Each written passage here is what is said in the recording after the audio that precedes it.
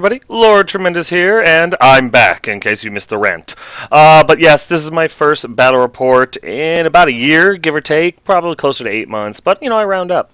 It's been a while. I have no doubt that I'm rusty. I have no doubt that I'm going to miss a few things here and there. But you know what? I don't care. I'm having fun with this. Ninth Age is awesome. I'm loving it, and I decided to battle reports again. You don't like it? There's a little stop button and a little X button on the top right. Hit those buttons in any order you choose, and I'll go away.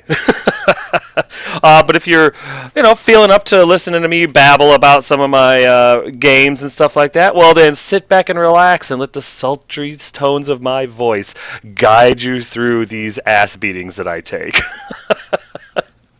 But yeah, I hope you guys enjoy these as much as I do, and yeah, you know what? Screw it.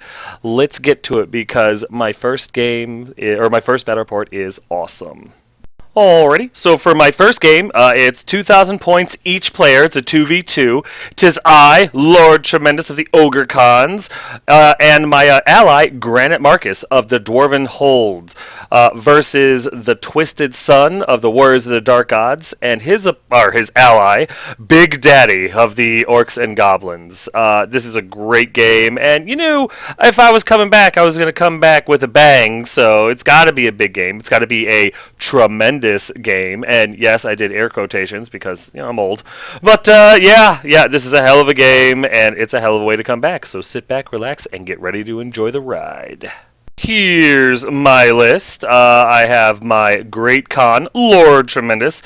He's got Kagadai's Maul, a Dragon Scale Helm, the Talisman of Lesser Shielding, the Crystal Ball, and the Headhunter.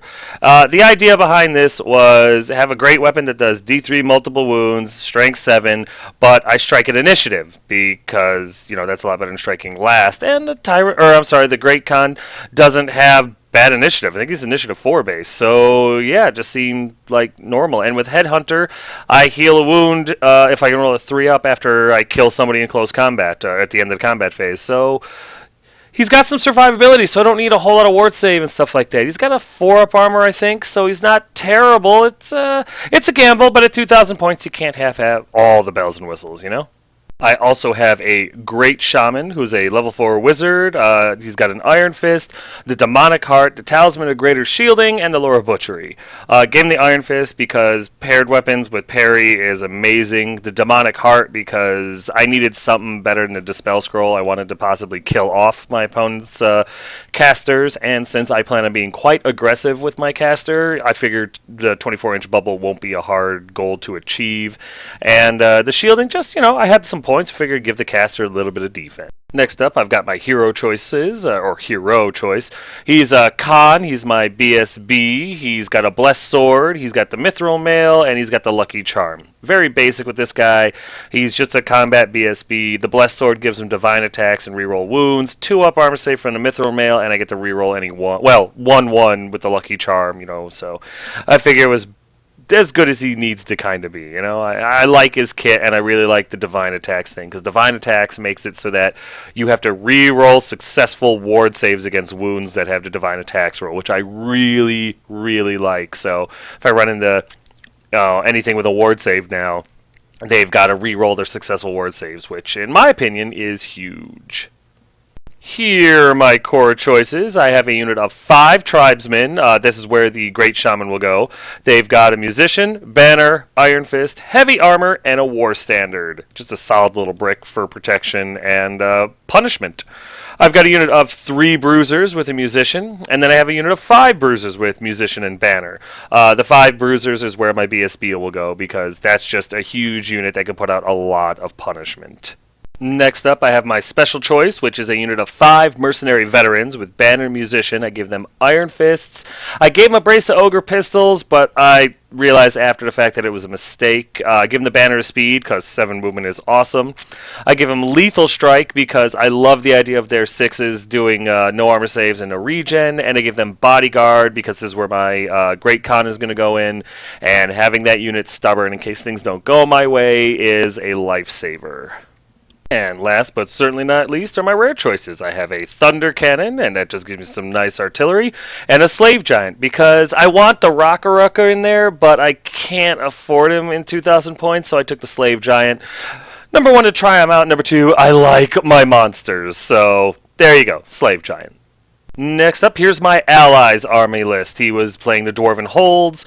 He has his Lord, who is a Runic Master. He's got plate armor, and I put that in there because I'm not sure if that's auto or not. Sue me. He's got a Runic weapon with 2 runes of Fury. He's got Runic armor with 2 runes of Iron, and he's got Runic Talisman with 3 runes of Shielding. So, as with most dwarves, this guy's not a joke. Next up, my allies got his hero choice, which was a Thane, who was his BSB. He has a great weapon, plate armor, runic armor with the rune of crushing, just 1, 2 runes of iron, and the runic banner of dismay. And I think that's the one where it like kind of slows you down when you charge him or something like that. Either way, you know, typical dwarven tomfoolery. Next up, we have his core. He's got a unit of 30 Greybeards with full command, great weapons, and a gleaming icon, and a unit of 20 Greybeards with full command and shields. His special choice is a unit of 30 Deep Watch with full command, plate armor, shields, and the Rending Banner, which I think is just armor piercing 1.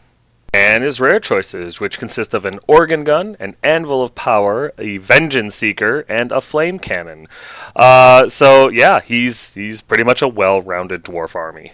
Next up, we got one of my opponent's army list, the Warriors of the Dark Gods.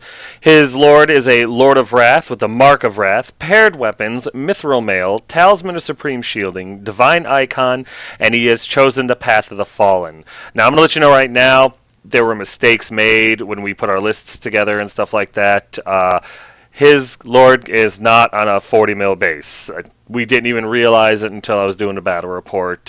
So when you do see that, his lord is on a regular 25 mil base in with a unit of Wasteland Warriors. So don't freak out. There is a lot of mistakes made. We're still learning, and I apologize, but you know it's growing pains. It's just growing pains.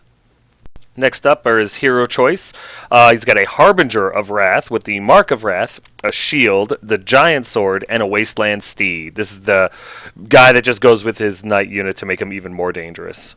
Here are his core choices, which consisted of 12 Fallen with the Mark of True Chaos and a Champion, 5 Warhounds, 28 Wasteland Warriors with the Mark of True Chaos, full command, paired weapons and shields, and a War Standard.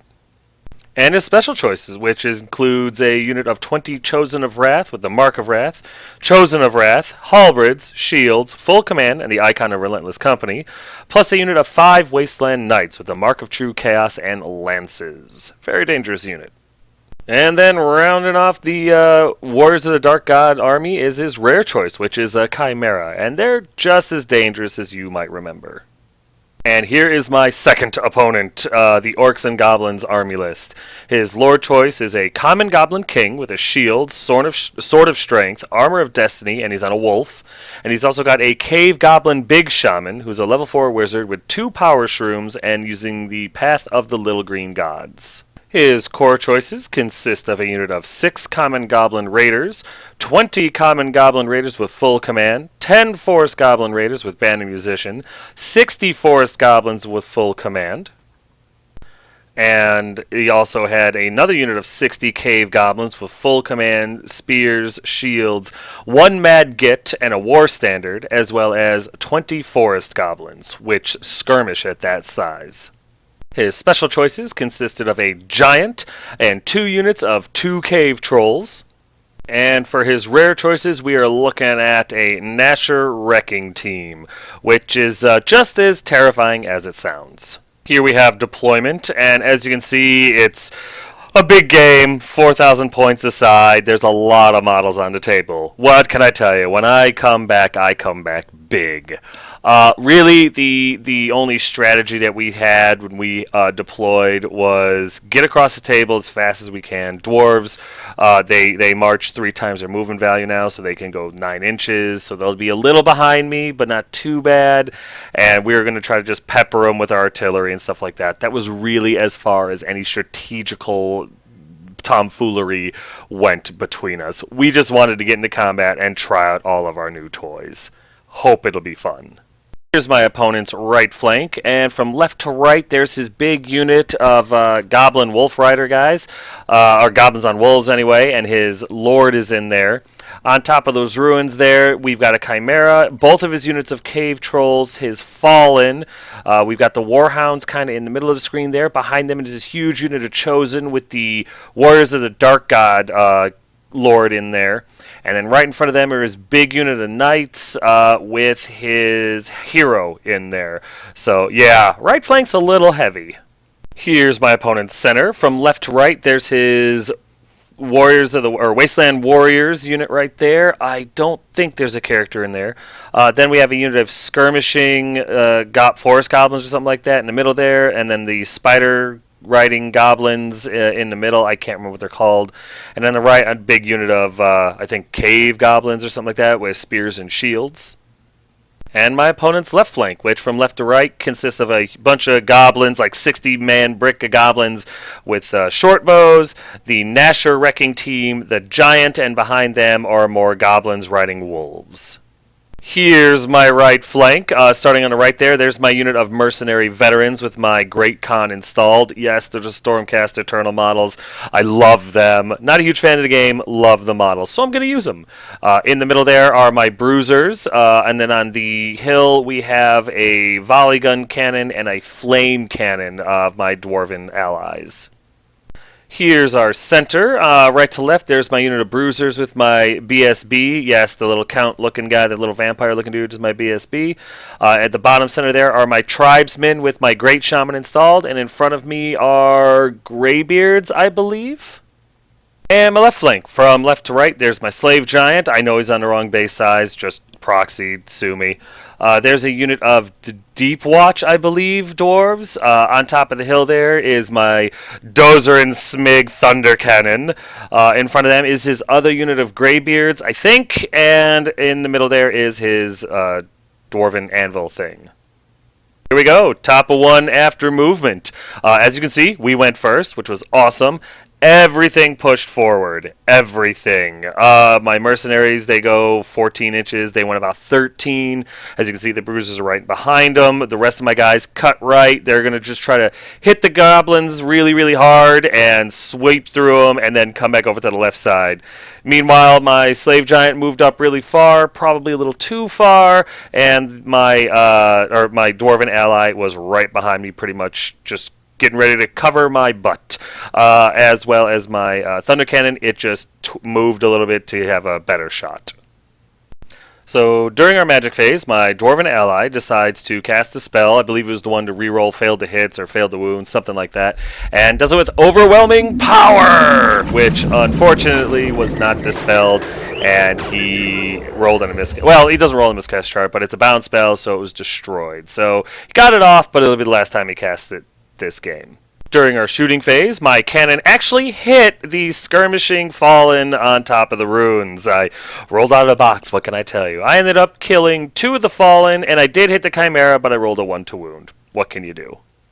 Pretty much wraps up the top of one, so here we're at the bottom of one after movement, and there's been some. The goblins on wolves, as well as the warhounds, charge my slave giant and make it. He's immune to psychology, so all he can do is stand there and take it.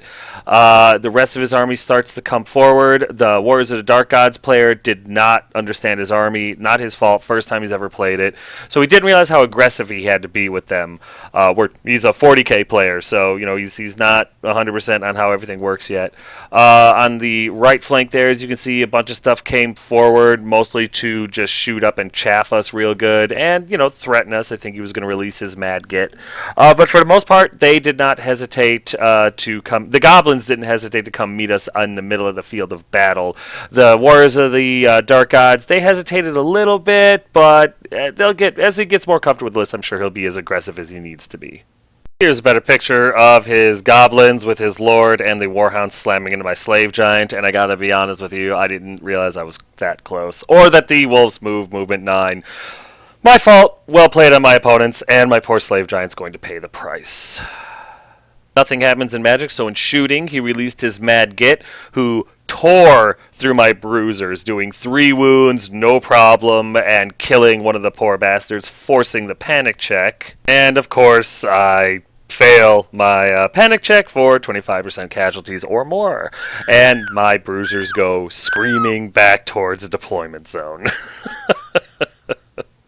So, of course, when they panic, they run back through the Mad Git, which causes more damage. They take another 4 wounds, killing another bruiser.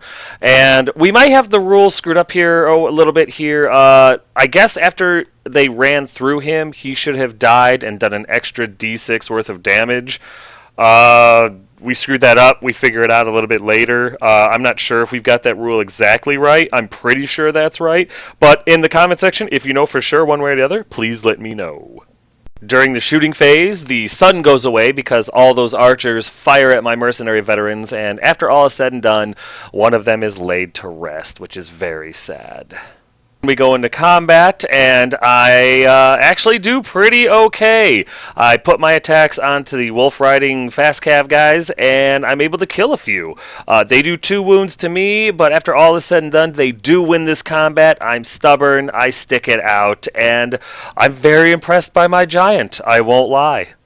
With all that said and done, we go over here to top of 2 after movement, and there's been some. His Deep Watch dwarves, I believe, slam into the Warhounds, and our hope there was we could blow through the Warhounds, and then he could overrun into the Fallen that were right behind him. That would have been huge.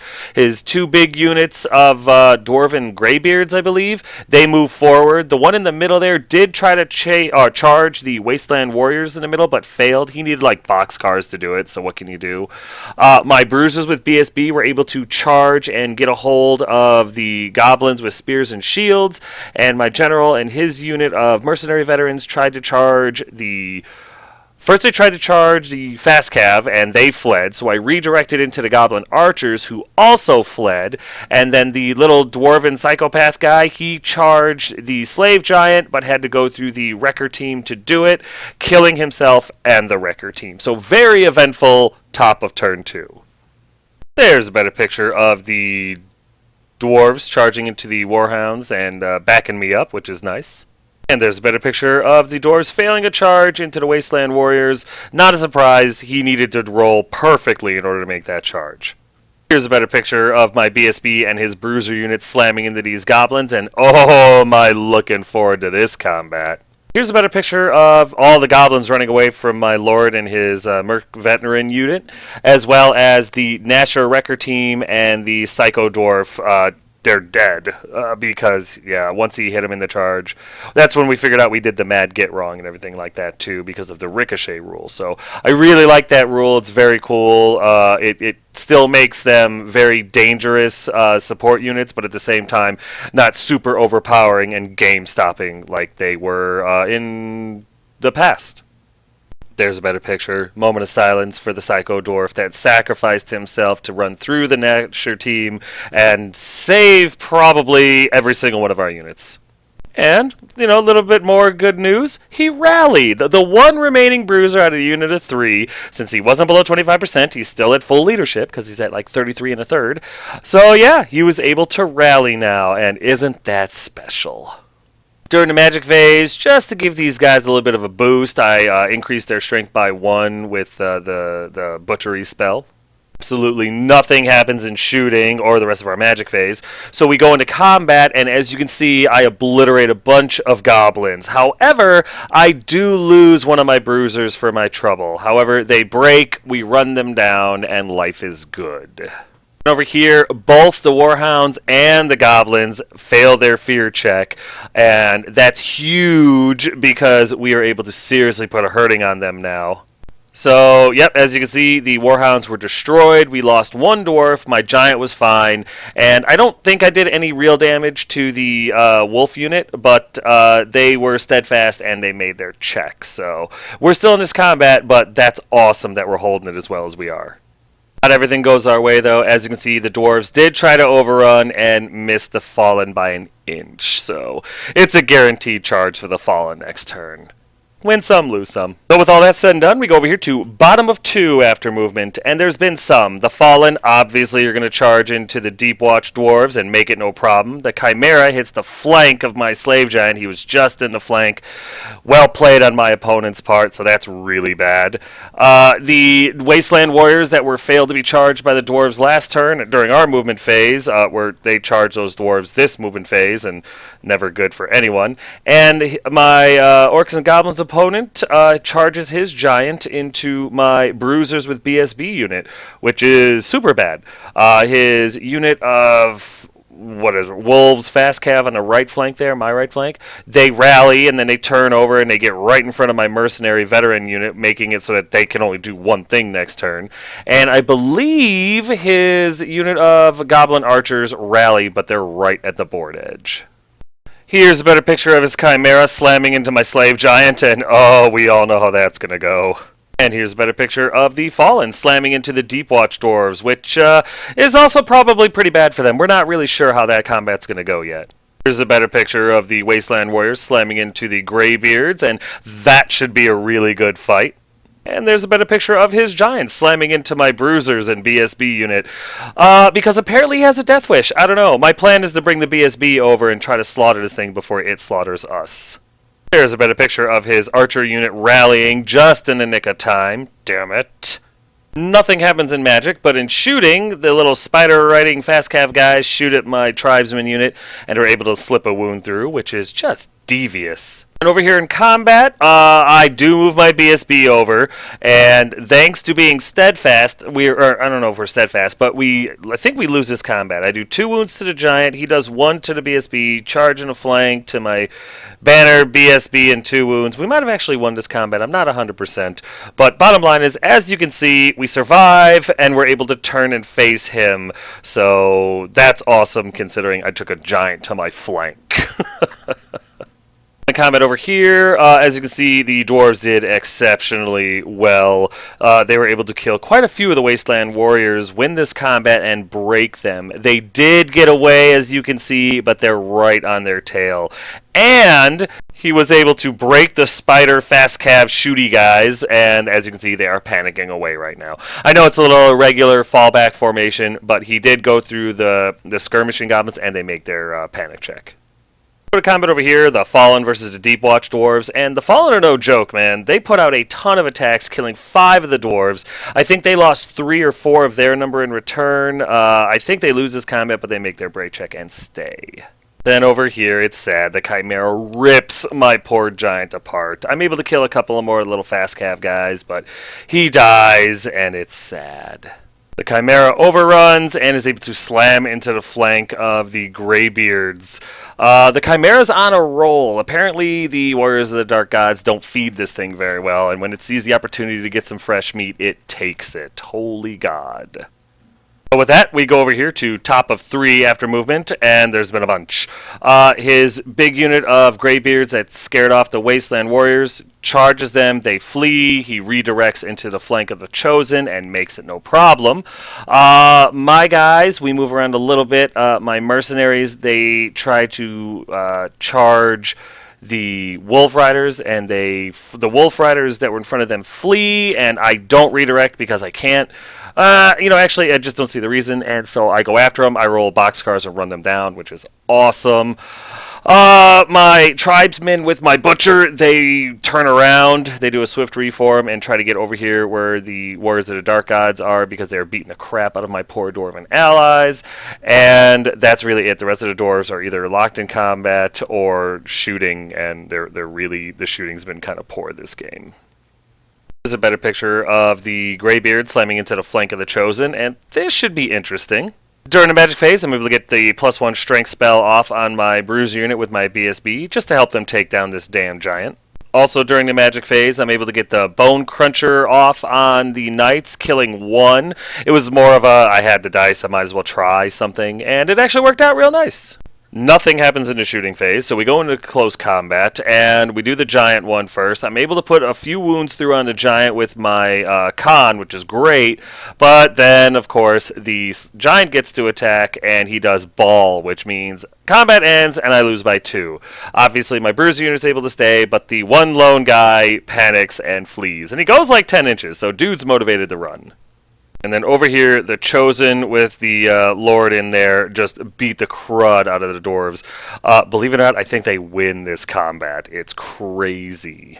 Then right here, the Chimera beats the crud out of these poor dwarves. They were only able to slip one wound through on the Chimera. They lose this combat, but they're just barely not in the forest enough to be disrupted or anything like that. So they make their break check, and then they turn to face the Chimera. Ooh, that thing is dangerous. Over here, the Fallen take a bit of a butt whipping, but they take a handful of the dwarves with them. They do pretty well, but they break. They lose this combat, they break, and they get run down. But the Fallen, considering, really, really did well. And then through the pursuit roll, the Deep Watch Dwarves are able to slam into the flank of the Knights, which is really good for us. So that's the end of the top of 3. We go to the bottom of 3, and a whole bunch of really cool stuff happened. There were explosions, and super hooker car transformers, and all this other stuff, and I forgot to take pictures of it all. I'm sorry. I told you I was going to be rusty. I screwed up, and I failed you. During the Goblin magic phase, they're able to get the poison spell off on his archers, making so now that they poison on a 5-up. And then he's able to get the Green Moon spell off, as you can see by that big, crazy half circle thing, or half sphere thing on the right side of the screen. He puts it right through my vets. After the smoke clears, one more veteran is laid to rest, which eats at me a little bit. I won't lie. Goblins start to get on my nerves. But when he got that spell off, it was done with overwhelming power, and he ends up rolling on a miscast chart, and he rolls a miscast 7, which, honestly, in the end, doesn't really do anything. It takes 1 wound on him, and his power pool was completely empty anyway, so it didn't even do that much. So I guess it was probably the best miscast he could have rolled. During his shooting phase, that big block of archers puts a boatload of arrows into me and is able to kill a guy, not to mention do a couple of wounds. It was bad. I need to take that unit out yesterday. And that little skirmishy unit of goblins shoots at my tribesmen again and takes another one out, which is not cool. Not cool, bro. Not cool at all.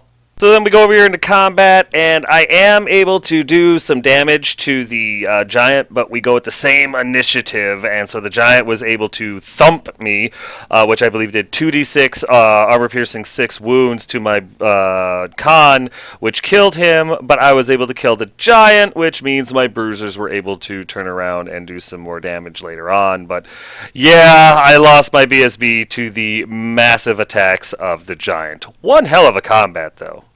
There's a better picture of my bruisers turning around, sans the BSB, to get back into this fight and hopefully turn it around for us. Then we go over here into this combat, and it is brutal. A bunch of the Chosen die. More of the Dwarves die. The Dwarves end up losing this combat, and they break. They do get away, but they do lose some of their number due to dangerous terrain checks, going through enemy units and impassable terrain. They would have lost a lot more, but we didn't realize until after the fact that dangerous terrain checks when you're fleeing through enemy units and impassable terrain are a dangerous terrain 3 check, not a dangerous terrain 1. So he still lost a decent amount of doors, but he would have lost a lot more had we realized the rules. So our bad on that one, but you know, what can I tell you? Most of the people, this is their first game of 9th Age, so mistakes will happen. And over here, you didn't see it because I forgot to take the picture, but the Trolls did charge into the flank of these warriors that were into the Knights from their overrun last turn. It did not go well for the Deep Watch Dwarves. I think there's like 3 left, and they broke. They got away, but they're in some serious trouble. Over here, the Chimera kills a handful more of the Dwarves. The Dwarves put another wound through on the Chimera because my opponent is rolling like crazy for his regen. And the Dwarves lose this combat, but they're able to stay because there's one more person outside of the forest than there is inside, so they're still steadfast. So we go over here to top of 4 after movement because everything else has been done, and bottom of 3. Yeah, and I remember taking a picture. Hooray!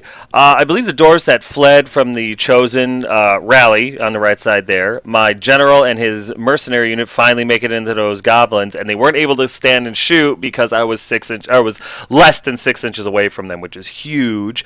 My tribesmen with my great shaman go into the Chosen because if if I didn't charge them, they were going to charge me. My bruiser unit, sans the BSB, charged the flank of the Wasteland Warriors, but they fled. They tried to redirect into the Chosen, but I needed boxcars to hit them, and I did not roll that. And I believe my chariot moves up, tried to charge the Chimera and bail out the dwarves, and I failed my damn charge. So can't win them all, I suppose. Other than that, the dwarves rallied where they could. The little unit of Deep Watch dwarves tried to rally but failed because they're below 25%. They're at like half leadership, and they continue to run, and everything else is deader in combat. There's a better picture of my failed charge, thanks to my Thunder Cannon just, I guess, forgetting to take the stick out of the wheels. And there's a better picture of my Tribesmen with Great Shaman slamming into the Chosen, and my Bruisers failing their charge because the Wasteland Warriors fled, and they just couldn't make it into the Chosen. And there's a better picture of my General and the remaining veterans slamming into those Goblin Archers that so need to die. Remember the Bruiser that ran away from the Giant? He rallied. During the magic phase, I get both. I get regen and I think +1 toughness or something like that, or +1 strength off on my Tribesman unit, which is super important because these Chosen are no joke. And then during the shooting phase, I don't remember what it is, but something of the dwarves shoots at these skirmishing goblins and kills 2 of them, which is awesome. 2 less goblins in the world. We go into combat, and although the Chimera does kill a handful more of the dwarves are able to put enough wounds through on the Chimera to finally kill it, bringing their harassment to an end for now. Well done on the dwarves. And look at that paint job on that Chimera. It's awesome. Go into combat over here, and my Great Khan and his mercenary veterans just unleash all their pent-up fury on these Goblin Archer bastards. And as you can see, we kill a boatload of them. Unfortunately, we lose another mercenary to the Goblins, but the Goblins break. We do not pursue. We turn to face the rest of the table because my General and the veteran that's left to him need to turn around and get into these Wasteland Warriors quick as possible before they destroy my entire left and center. In combat over here, largely thanks to the amount of spells I got off on my unit, we were able to decimate most of the Chosen. They do kill off one of my Tribesmen, and that's just goes to show you how brutal that unit is. But they lose this combat, they break, but they get away. Not everyone gets away, though. The Gobos were fleeing. I can't remember if it's because of failed panic or if they chose to flee or what the deal was there. But they were fleeing, and my pursuit distance put me on top of them. And unless I read the rules wrong, and we looked at them a few times, if y'all run into you when you're fleeing, you're dead. So we picked them up, not knowing anything else. That's what we thought the rules said. So with all that goodness said and done, we go over here to bottom of 4. And as you can see, the Chosen rally. His Chaos, I think it's his hero choice, his Wasteland Harbinger or something like that. He charges into the flank of those poor dwarves that have been fighting chimeras and everything else this entire game. The knights and the trolls move up into that forest area there to put some pressure on the dwarves that are, just got hit by the guy there. I believe everything else his either rallies, like the Chosen rally. The Wasteland Warriors do not rally. They continue to flee a little bit, and that's really it. Everything else is deader in combat. There's a better picture of his hero choice Warrior of the Dark Gods slamming into the flank of these poor dwarves that just can't catch a break. Yes, and here's a better picture of that fast cavalry unit rallying because they fled from a charge or something like that in a previous turn. And there's a better picture of his Chosen rallying and his Wasteland Warriors continuing to flee. There's a picture of his spider guys rallying this turn. We screwed up. They didn't rally the turn that they fled from a charge or something like that, or I think they panicked. Either way, they shouldn't have been able to move as normal because it wasn't like a feign flight fast cav rule or anything. Our bad. Made a mistake. That's why they ended up where they're at. During the magic phase, my opponent is able to get off that +1 to poison on the spider units, which I believe means now they have a 5-up poison shooting attack, and everything else just super drippy poison stuff. And then I did pop my demonic heart this turn because I was in range of his caster, and he does get this green moon off again, but it is a miscast because he does roll doubles, but not overwhelming power because it wasn't double sixes, which is awesome. But until then, though, it goes through all you can see there and does a boatload of damage because, oh, that spell is awesome. But I gotta be honest, I think the last laugh definitely goes to the goblin opponent because he miscasts 3 and is able. It's a big template. His caster dies because he rolled 5 dice to do it. But he puts another couple of wounds or so on my bruisers, killing another one. Forces the panic check, which I make, but come on. So I guess his caster's dead, but how many more ogres do I have to sacrifice just to take out a goblin shaman? Over here on shooting anyway, his spiders shoot at my veteran and my lord and are able to finish off the last veteran, popping the unit, and I think they even put a wound or 2 on my general, which really upsets me. So we go into combat over here, and his little hero guy, I think, gets into a challenge with his BSB or Dwarven General, I'm not sure which. And while he's able to put a wound on the Dwarven character, we're not able to do anything back to him. They are steadfast, they do make their break check and stick it out, but man, somebody buy those dwarves a beer. They have earned it. So here we are at the top of 5 after movement, and there's not a ton, really. For the most part, my general charges those spiders who flee. They get away, but I'm able to charge again with my bruiser, the one who's rallied. It was part of the 3-man team, who's only got 1 wound left. He was able to charge them as well, and between the 2 of them, we were able to squish them and kill them, which is absolutely outstanding. I charge into the Chosen again because it was so much fun the first time. Why not? I move my bruisers up. That used to be my BSB's unit just to try to get them into range for next turn, and I charge. I'm sorry, I don't charge. I move my Thunder Cannon up so I can try to volley fire into the Knights and kill a bunch of them. That's really about it. The Dwarves really don't do anything because they're either in combat or beaten to death and just trying to survive the rest of the game. Yeah, that's kind of the state we're in. There's a better picture of my Great Khan and Bruiser after they caught and squished all the spiders. And there's a better picture of my tribesmen with my Great Shaman slamming back into the Chosen because, you know what, it was so much fun the first time, we're going to try it again. During the magic phase, I'm able to get the regen, I think, off on the tribesmen with the Bruiser. I'm not 100% of that. It could be the strength, could be the toughness. I can't read it. But I am able to get a spell off, which increases the toughness of my Shaman as well as improves my unit, which is good because I'm going up against the Chosen and I want to defeat them. Get those juicy, juicy points. During the shooting phase, I'm able to just pop one of the knights with my volley fire. Just wasn't as effective as I had hoped it would be. And then in combat, I destroy the Chosen. It's glorious. Parry with the Iron Fists is a godsend. I mean, it doesn't seem like the difference between 3s and 4s would be that big of a deal, but let this battle report prove, yes, it is. 2 Chosen and the warriors of the Dark God Lord get away, but yeah, they're fleeing, and I almost caught them, but as you can see, there's quite the gap. I didn't almost catch nothing, but I'm beating them down, and I feel really good about that. Then over here in combat, the Dwarven character, I think it's the BSB, I'm not 100%. I think it's actually the Lord, maybe. You know, it doesn't matter. The Dwarven character, he takes another wound, but is able to pop the little hero Warriors of the Dark God guy and win this combat, which is, like I said, that unit of dwarves needs to be painted in 24-karat gold, man, because they earned it this game big time. So here we are at the bottom of 5, and like I said, it's coming down to the wire. The little goblins on wolves, they charge into my Thunder Cannon and make it. The knights charge into the flank of the dwarves and make it.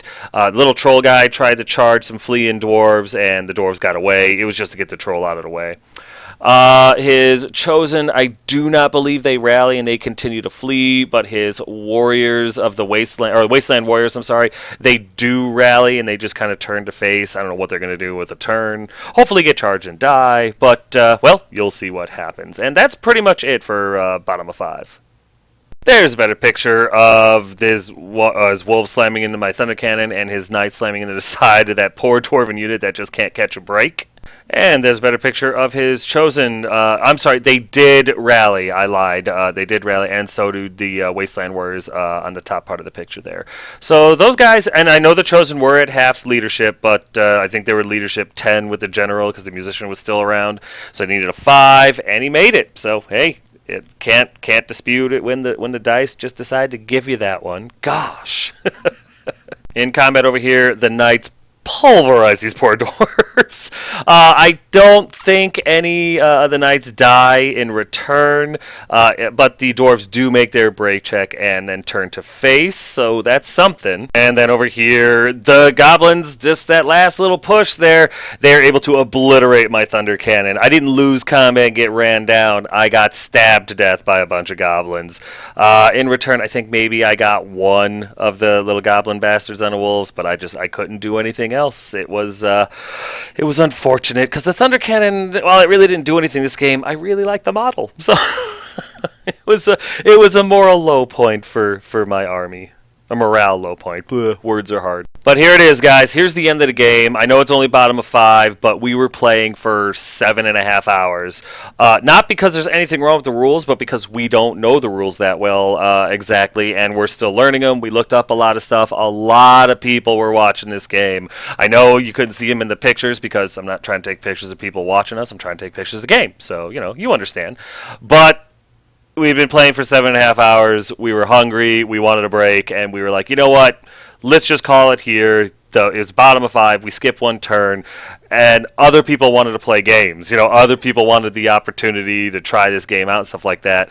They've been watching us for, some guys were watching us for 4 hours straight. So we called it here, and what an epic effing game, man. I mean, the back and forth. But do you see what I mean? There was no definite victor. The whole time we were playing, it could have went either way. It was always on that razor's edge. You were always on your toes. Every movement mattered. Ninth Age is awesome, and I'm so incredibly happy that the first battle report I do of the Ninth Age can be a 2 versus 2 game, and just show you guys, even with 2v2, with everything, with ogres and dwarves versus warriors and orcs and goblins, even though it was a goblin list, which was awesome. Everything was viable. Everything did its job. Everything worked, and in the end, it was such a knockdown, dragged out fight in every aspect. It was fun to do the dang battle report. I'm reliving the whole thing, getting adrenaline and stuff. It's absolutely fantastic. If you get the opportunity to try out Ninth Age, do it. You will thank me later. If you've already had the opportunity, then you know what I'm talking about. And if you don't have the opportunity, lie, cheat, steal, and kill to make that opportunity available to you, because it is so much fun. So in the end, the game was a draw. We got 2,097 points out of them. They got 2,182 points out of us for a difference of 85 points. Can you believe it? We had to redo the math like twice just to make sure we were missing nothing. But yeah, that game, I mean, who knows if it would have changed in the last turn. It might have probably gone in their way, to be perfectly honest, but they were more hungry than us. But yeah, friggin' amazing. I ended up losing my Khan, BSB, my mercenary vets, my thunder cannon, and my slave giant, which all in all was understandable losses considering the amount of opposition that we went up against. Absolutely outstanding. And for it to end in a draw, now I just want to play again because we have to resolve this. We have to figure this out. I don't remember exactly what my allies or my opponents lost exactly, but it was still a great game. They lost a lot. everybody had dead on the field.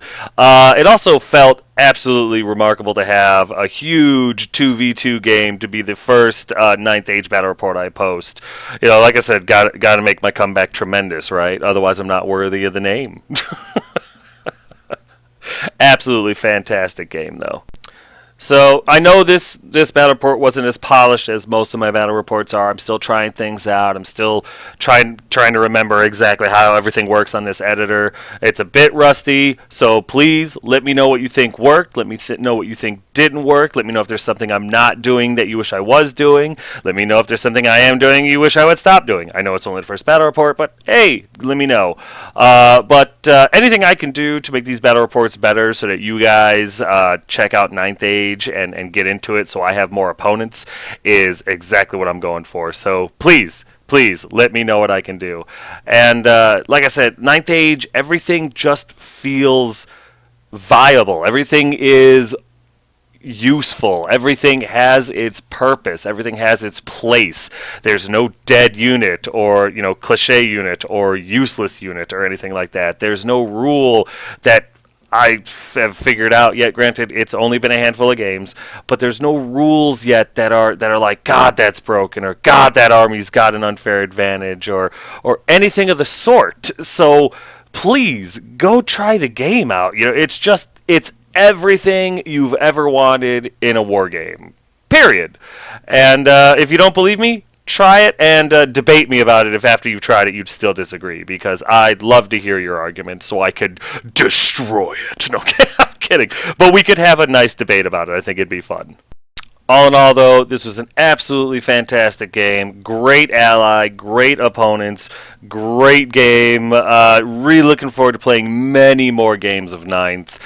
And honestly, if I wasn't doing this battle report right now, I would probably be over at my LGS trying to get another game in. So, the sacrifices I make for you guys. But yeah, absolutely fantastic. Just in case you guys wanted to know how to get a hold of the Ninth Age, because I've been talking about this whole battle report, go figure, www.the-ninth-age.com.